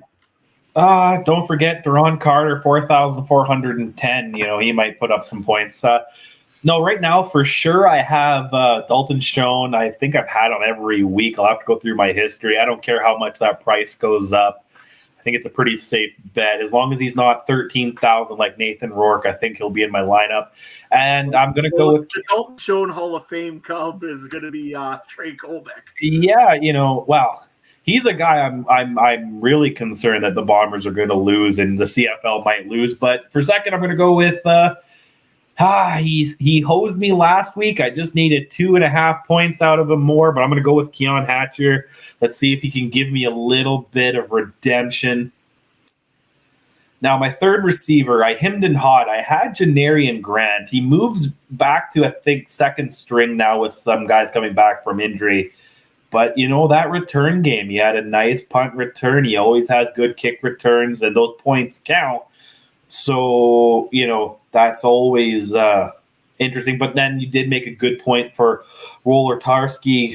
He had a good game last week. I don't know if you guys heard him on Mic'd Up. He was pretty fired up on Mic'd Up this week. I met him once. Great, funny guy. So between those two on there, but I'm for sure Schoen and Hatcher. I think I'm leaning toward Grant. I just think that the special teams potential outweighs what Woller-Torski can do. Yeah, there's a couple interesting options this week. First of all, Dominic Rhymes jumped up in price after his hat trick. He's now the second most expensive receiver behind Eugene Lewis. Adam, you mentioned a lot of the BC receivers. Yeah, I'm struggling with which one potentially to fit in a lineup as well. Brian Burnham at 7,800 seems like it could be a decent discount, but if the offense is not going to put up 450 yards and 5 touchdowns, it becomes a question of which high-priced receiver is the ball going to the most. And then it's, to me, it feels almost a bit risky to put one of those in the lineup. But let me tell you some guys I do like this week. There's 2 guys in Hamilton I really am considering putting one of in my lineup. Stephen Dunbar is good for a touchdown a week. He's been the go-to receiver for the Ticats. He's averaged 15 points a week so far this season. He's at just under $8,000.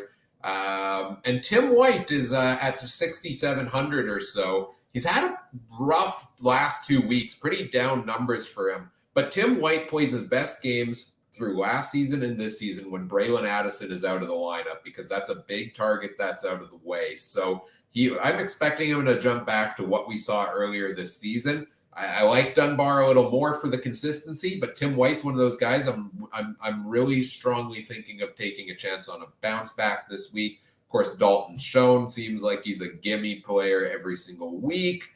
As we scroll down the list, I like a lot of those guys. Cam Phillips at 3,800 seems like a decent, cheaper mid-range play to me. If you want to go with an Argos receiver, he's averaged 10.7 at the big week with 18.5 last week, and he's a lot cheaper than guys like Gittins Jr. and Eric Rogers and things like that. Almost a little bit tempted Mario Alford if I'm going a returner for 3,200 against that Elks team that gives up quite a bit in the return game. They've given up a couple of touchdowns this season. But then the real cheap value play I'm kind of considering if I want a $2,500 receiver this week is Tyson Philpott of the Montreal Alouettes, who, yes, he's a backup at wide receiver, but he will be handling kick returns this week. And I think he could get in for some plays if that offense struggles. He had a big game last week with 13.4 points. And I think there is a chance that he could be more involved in that Montreal offense going forward. So that kind of gives you a couple of players at each price range at wide receiver between the three of us. Now let's take a look at the defenses. BC is the most expensive at $41.18. Winnipeg comes in at $38.84. Calgary's at $37.20. And then the rest of the field is at $3,200. And there's a team here I'm very surprised to see at minimum price, and that's the Saskatchewan Roughriders defense. And I think that's where Trey was originally going before Adam reminded him that he's not allowed to do so. because that's where I'm probably going for this week. The Riders have one of the top fantasy defenses. They play a team in the Elks that seems like a team you can pick on a little bit. And that's kind of the best option I like on the board here right now is I'm probably going with the Riders. Trey, where are you going this week now that you've readjusted? Or are you just going to tell Adam, screw the deal and take him anyways? I won't say screw the deal, but I'll ask, what do I have to wear a Rider shirt on Monday's show? Because I'll do that. I'm almost tempted on that, or I get your first round draft pick next year in the. I'm in a different league. I don't know, because whatever thing Ryan said, that's what I was thinking all day. It's how is Saskatchewan at the defensive minimum playing against Edmonton, and looking at these other, because I only have enough salary now for the minimum teams, and I don't know, Toronto and Hamilton, I don't know how I want to go with that. I'm not too confident in Montreal's defense against Winnipeg. Unless Deron Carter gets 5 pick sixes, I don't think Edmonton's defense is going to help me much either. I might just have to take Saskatchewan, and whatever comes my way, I'll just have to roll with it. But if you have the money, then I would probably look at Calgary, Winnipeg, BC. If you save that, I think they're worth it if you've saved some pennies. But if you're not in the Nathan Rourke Hall of Fame voters yet, maybe you could fit some of those guys in, Adam. You know what? I was going to say, Trey, I think we could let the fans decide what your punishment will be on Monday, just to see what they give you over on the side here. So chat, say what Trey needs to do for his punishment for thinking about picking the Saskatchewan Roughriders defense. And Monday he'll have to eat up. So the callback on this, the reason this started, by the way, is didn't Trey pick the Riders defense one week and they dropped a complete dud and Trey vowed he was never picking the Riders defense again?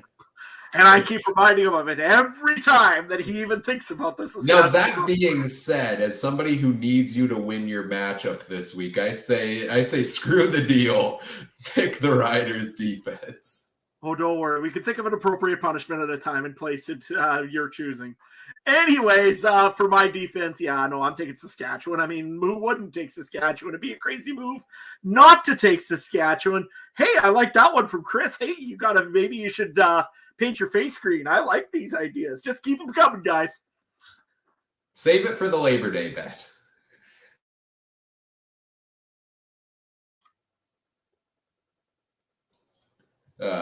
Anything else here on the defenses, or we good to move on here? It seems like Saskatchewan's the consensus, and Trey might need to do some soul searching to figure out whether or not he can take the Riders defense. I'm all for painting my face, but it's the beard. I'm not willing to get rid of it, so it would only be like a little bit of green here and a little bit up here. So I'll do it, but it's not a full face. I'm not getting rid of the beard. It's at the length I like it, Green beard. Right now you got a little bit of orange in that beard. I mean, it's kind of Lions color. I think you should take a long walk around IGF Field tomorrow and think about it before you do it.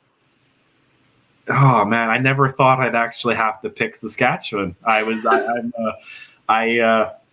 Out of all the stupid bets I make on a daily basis, I thought that would have been a safe one, but now it's come to bite me. And because I like my team, and if I don't have a defense, I get DQ'd, right? So I gotta do something. No, we'll see. It's probably going to be one of the two green teams. I'll probably leave it till Saturday night, and then around 8:50 I'll say, "Okay, Deron Carter needs a couple pick sixes for me."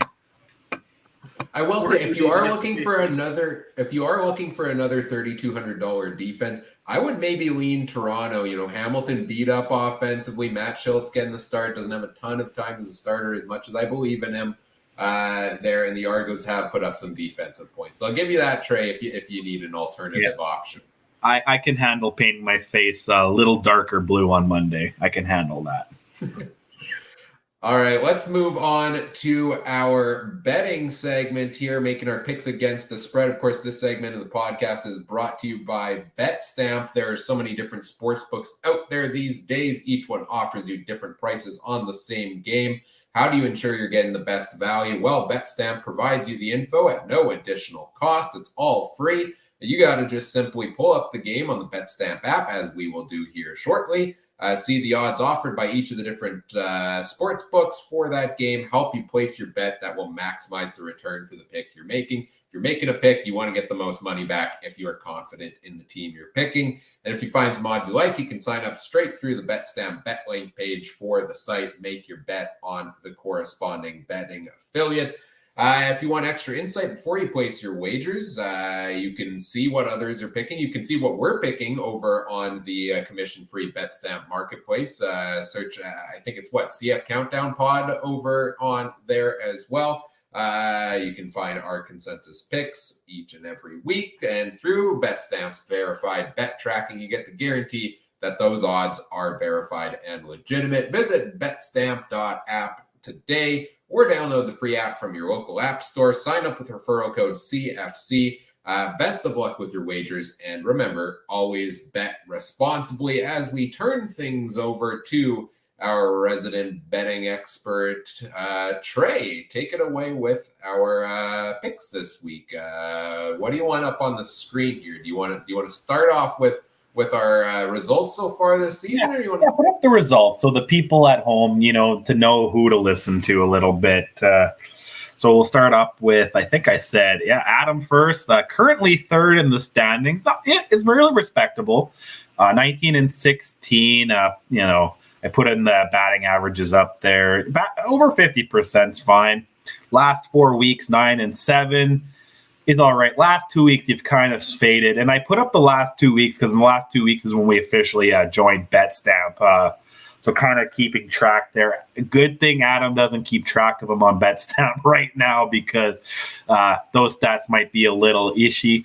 You had a hot start, man. You were on my tail. Bad couple of weeks, but we'll just chalk that up to the Riders having a bye week and you didn't know who else to pick. But we'll move to the next slide. Oh, and he's our businessman. I had a fun time coming up with my little slogans underneath there. Full-time businessman, in brackets, farmer. And hey, farmers are the biggest gamblers in the world. So, maybe think of what Adam has to say. Next to Ryan, 20-15. He's had a comeback, 11-5 in the last 4 weeks.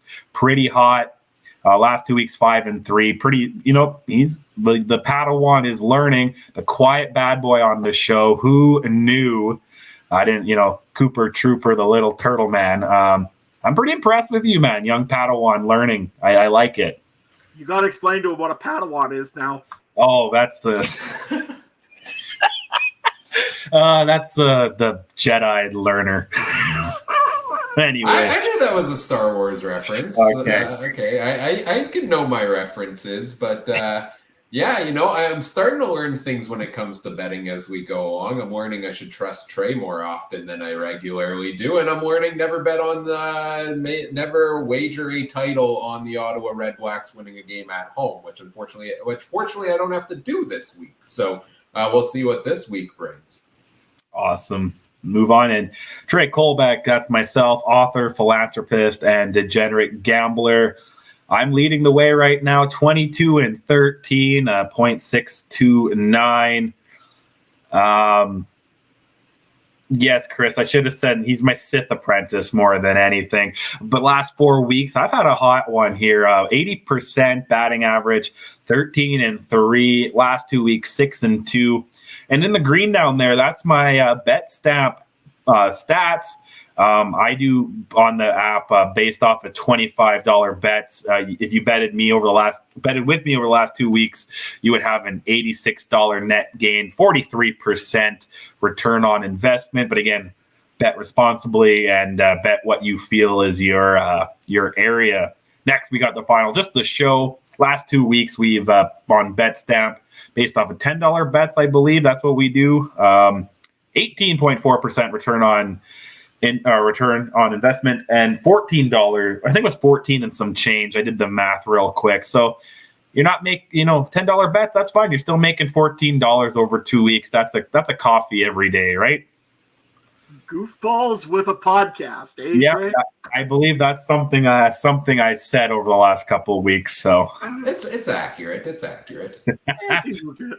yeah, but let's move on to the actual bread and butter here, the actual games. First game, I hate taking double-digit spreads, but I think I have to. I think I have to take the Bombers, and the best bets on Cool Bet at -11, 1.88 odds.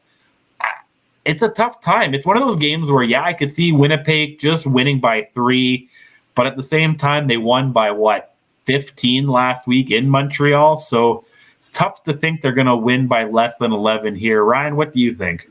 Well, first of all, I think we had some questions last week about the numbers that show up on this screen, where it was like -110, +110. We switched them up. We reconfigured it here, so it's showing the decimal amount. So Winnipeg at -11 for 1.88. I believe that's if you bet $10 and win, you would win an additional $8.80. Do I have that right, guys?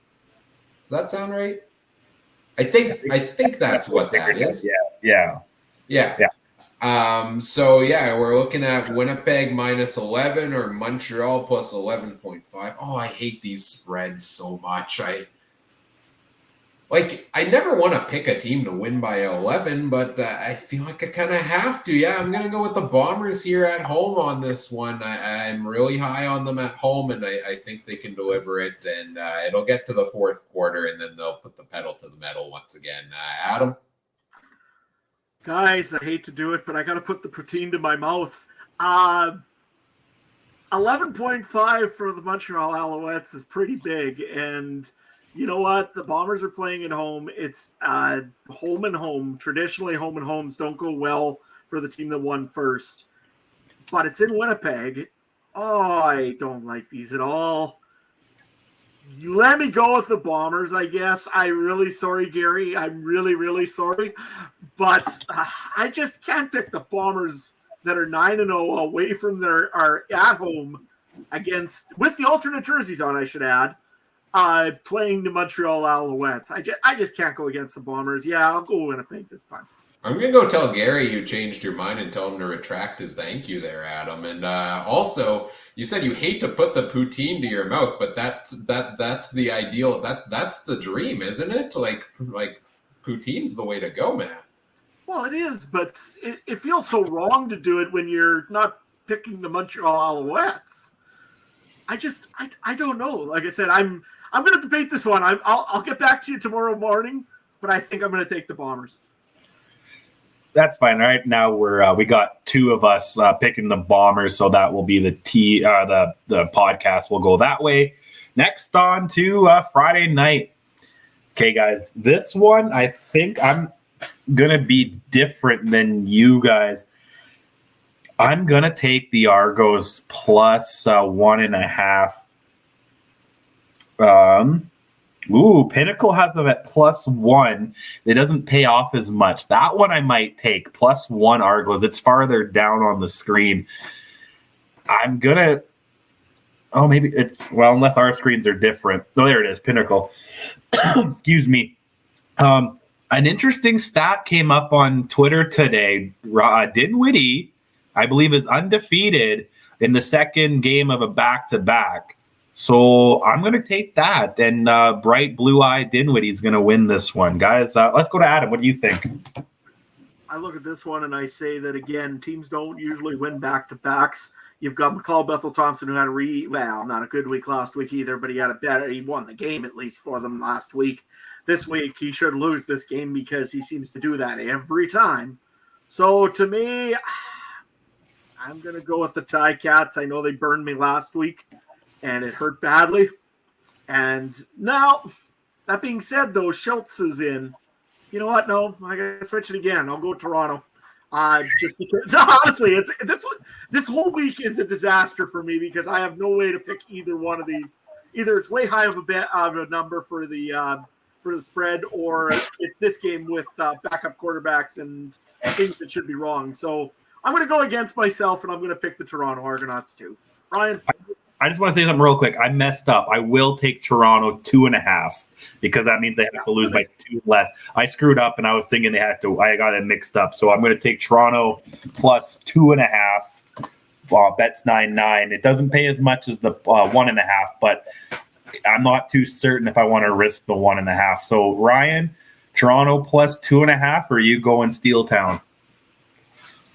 Well, see, now I'm in a bit of a bind, although Adam helped me out here a little bit because I was originally leaning towards Hamilton as well, but then we would find ourselves in the situation where we're outweighing Trey 2-1, and then Trey was going to be right, and then we'd never hear the end of it again. So I'm trying to figure out what to do with this, but now since my pick doesn't particularly matter here, I think I'm going to go with the Ticats at minus 2.5 because more often than not, I do think home and home is a split, and yeah, they are a little banged up, but so are the Argos. I think these are two teams that are going to play a lot of close games here, and I will take the Ticats here at home in this one. I'll give them the slight edge. Do you want to take the 2.5 that pays more, or do you want to take the 1.5 that pays a little less? Because I'll give you the 1.5 if you want it. No, we'll go based on the Betstamp best odds here. I'll go the minus 2.5 Hamilton. Okay, sounds good. And next game, we're going to Saturday doubleheader. Ooh, this is the Sunday night football this week, I think, guys, but this is another tough one to pick. I hemmed and hawed about this one. I almost want to hear your guys' first, but I know that's not very betting expert of me. Boys, I'm going to take Calgary, 2.5, plus 2.5. I think... Oh, this is going to be one of those ones. If I'm right, I look like the biggest genius in the world. But if I'm wrong, I get laughed at for a couple of hours on Monday. So I'm going to take Calgary. Ryan, tell me how wrong I am. I'm taking the BC Lions. I mean, the odds here are BC. The best odds are BC at minus 1.5. I'm taking the Lions to win this one by an egg carton. A good old dozen eggs here. 12-point victory for the BC Lions, my early take of the week. I am very high on what they have done across the board, offensively and defensively. And I don't think Calgary's offense is rolling as good as they should now. I think that's been, helped by some strong defensive play. They haven't faced an offense yet like the BC Lions. So I believe in Nathan Rourke. I believe in the Lions. I believe in offensive coordinator Jordan Maximith. And I am taking the Lions to win a big game here against the Calgary Stampeders. Adam? I don't know, and I hate to be the one to decide to break this one. To be honest, I could see this going either way. I mean, either Bo Levi Mitchell's is going to have a heck of a game and absolutely trample the BC Lions, and that could happen just as easily as Nathan Rourke could light up and start hitting receivers and absolutely could just take it to the Calgary Stampeders. One way or another, some team is going to win big in this one, I think. That's going to be my bold prediction of it. But I think it's going to be the BC Lions. I hate to pick against Trey. I was debating this one here for quite a while as well because I was looking at Betstamp earlier this evening and trying to figure out what to do in this game. But 1.5, I think I got to go with the BC Lions. No, guys, it was a tough one, and I'll give you guys a little insight to how I make these decisions because my girlfriend asked me this after Monday's show. How do you actually pick this? And I say I look at it for about a minute, and it's just whichever team I can look at, and I want to vomit less. And that's the one that I take. So right now, Calgary at +2, because this one could be a field goal game too, right? And in the CFL, a field goal game could be 1 or 2 points with the pesky Rouge. If this was NFL, I think I'd take BC winning by a field goal. But with that Rouge, I don't know. But we'll go on to our finale of the weekend. Oh, yeah, right? The Canadian Football Countdown, helping you make money and limit your vomit levels. Exactly. Goofballs with a podcast have multiple talents, guys. We got fantasy, and betting and how to reduce vomit. But yeah, the Roughriders go into Commonwealth or Brookfield at Commonwealth. Oh, this was another one I hemmed and hawed at. I think Saskatchewan's going to win. But are they going to win by, nearly a touchdown was my question. I'm going to take the Roughriders. Am I allowed to take the Roughriders here, Adam? Okay, I'll take the Roughriders here minus 5.5. Brought to you by Coolbet on this one at 1.88. I don't remember. I think we're going to go with Adam here. What do you think about your Roughriders? Sorry, I was breaking up there for a moment. You know what? I mean, I probably have already annoyed the province of Saskatchewan with my criticism of the Roughriders over the last few weeks. And let's face it, I think Edmonton's going to play a pretty good game because Chris Jones hates losing against the Saskatchewan Roughriders. Of all teams, I'm sure he doesn't like losing against the Riders. But let's go with the Riders this week. 5.5, I'll take them. And hopefully I can enjoy a good Slurpee out of a Saskatchewan Roughrider Cup later on. Ryan? Yeah, I'm going the Riders here on this one as well. If it was a bigger line, I would have a harder time, but minus 5.5, I think that's reasonable. Like I said, I think they're going to get better now as they start getting more guys back from injury. I think the bye week could have helped a lot. I think it's going to help Cody Fajardo get a little better out there, and I think having some of those extra pieces are going to help as well. So not projecting a 30-point victory like BC put up over Edmonton or 40 or however many it was, but I think the Riders can win this one by a touchdown. So let's make it Saskatchewan across the board here. Sounds good, guys. So recap. We all agreed Winnipeg minus 5.5 to open up on Thursday, and then this is when things start getting divided. Toronto. Adam and I took Toronto, Adam and I took Toronto, and Ryan took Hamilton at minus 2.5, and we took Toronto plus 2.5. Calgary. I'm the lone duck here, taking Calgary plus 2.5 because I'd rather Nathan Rourke prove me wrong than Bo Levi, right? If I have to sit on Monday's show and talk about how Bo Levi threw 5 touchdowns and 400 yards and won, or at least lost by less than 2 points, and how I had that one wrong, I'd rather paint my face green and take the Saskatchewan defense than that. So that's a tough one. And then you guys took BC. Yeah. And then we all were again agreed Saskatchewan minus 5.5. And this is brought to you by Betstamp. I don't know if this is an official tagline, but this is a game changer of an app for people who like to bet. And even if you're this is good for new bettors. You can see the different things. You see the different odds. You track it. I've always wanted something to track my betting because it can kind of, because it's nice. It's color coded. You got the green. So if you see the green, in this case, it isn't vomit. Green means money. And you see the red maybe means you should stop betting so much, right? So it's great app to have. It's a great partnership we created here. Yes, absolutely. Couldn't have said it better. One quick note. I think when you recap there, you may have mentioned we took Winnipeg at minus 5.5. It was Winnipeg at minus 11. Just to correct. We had it right originally. I was accidentally reading last week, so I have them right next to each other. We all took Winnipeg last week at 5.5. So why not add another 5.5 points to that, right? Yeah, it's simple math, right? I'm a writing major, guys. I don't know math.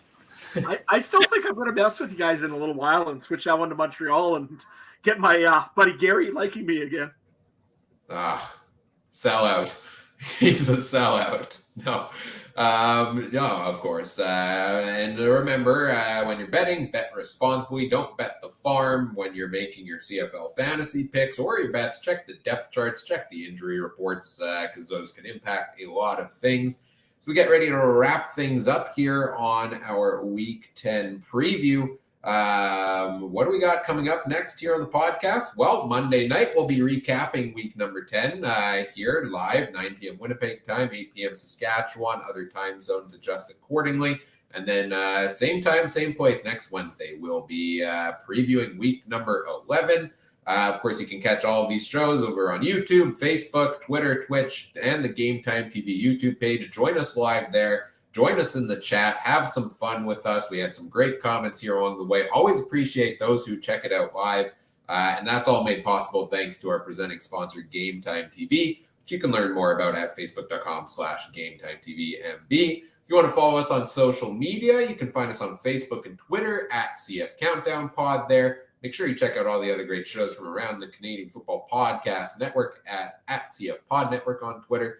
Guys, where can we find what you've got going on these days? Trey, let's start with you.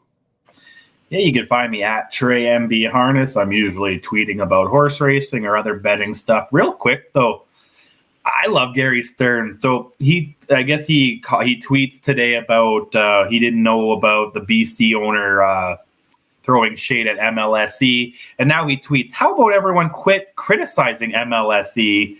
They pour tremendous amounts of money into the team, have not found a solution to shocking fans. I love it. I actually love this a little bit. I don't mind the owners going at each other on the field, but, I like seeing the owners, this owner supporting where the other owner kind of, went after MLSE. We all know MLSE. We all know they're kind of the Darth Vader of the CFL right now, as owners wise. So I love Gary Stern. Adam, keep it up, man. We got to get him on the show. But at Trey MB Harness, if you want horse racing stuff, football stuff, UFC, I'm sure me and Adam will have some football, Star Wars gifts that Ryan will scratch his head about. Adam? Yeah, no, you can find me at Adam Stewart 1, but also don't forget to check out Mike Garrell. He's over at Mike Garrell as well. You can always find him there. He's always got some good insights. There's some hockey stuff or some football stuff, or I'm sure he's going to be talking about the World Juniors, which we didn't even mention once tonight. I thought maybe once Trey would have brought it up, but glad we didn't. It's good. I thought about it, but seeing that what the attendance looked like, I didn't know if anyone knew what was going on. So, just kidding, Mike, because I know Mike was talking it up last week, and hockey. Good on Hockey Canada for at least in the international for at least trying to get this in probably the worst time of the year to play hockey. But yeah. Yeah. So again, you can find me at Adam Stewart 1. I've got all sorts of cool stuff, and again, be afraid. Harvest photos are coming, and they will be coming hard and heavy very soon. Ryan, where can guys find you? Well, first, Adam, where can people, for the farm stuff, people can find it over on YouTube as well, right? So where can people find that? Yeah, you can find it over at Farmer in Saskatchewan. I know there's a few of them, but that was mine and it was available, so I took it. So yeah, you can find me doing random farm stuff. I did a July update. I'll have a August update here pretty soon for those videos. I like to post a lot of little shorts as well, so just little things going on in the farm. And also on Instagram, if you really want to find me there. Also, I have the Farmer in Sask Instagram, if you want to really, really look at farm stuff, I guess. Right? Yeah, of course, check out all of the great things these guys are doing over on all the places on social media and all of their other great things. You can follow me on Twitter at CooperTrooper42. I'm sorry to disappoint. It'll probably be less exciting because I really don't tweet a whole lot throughout the day. But if you want to talk CFL Fantasy, you can tweet me up there and we can have a discussion on anything there, of course. You can tweet us at CF Countdown Pod. I run that. So if you see a response from somebody there, that's me. Hello. Of course, make sure you check out everything we've got going on in the show every single week. We have a lot of fun here with all of you. Whatever podcast platform you're listening on, we appreciate it if you do all the fun things such as like, comment, subscribe, rate, review, share the show with your friends, help us grow the show. We always appreciate that. And on behalf of our panel here this evening, Trey Colbeck and Adam Stewart, I'm Ryan Coop saying thank you for listening. Take care. Have a good one. Bye.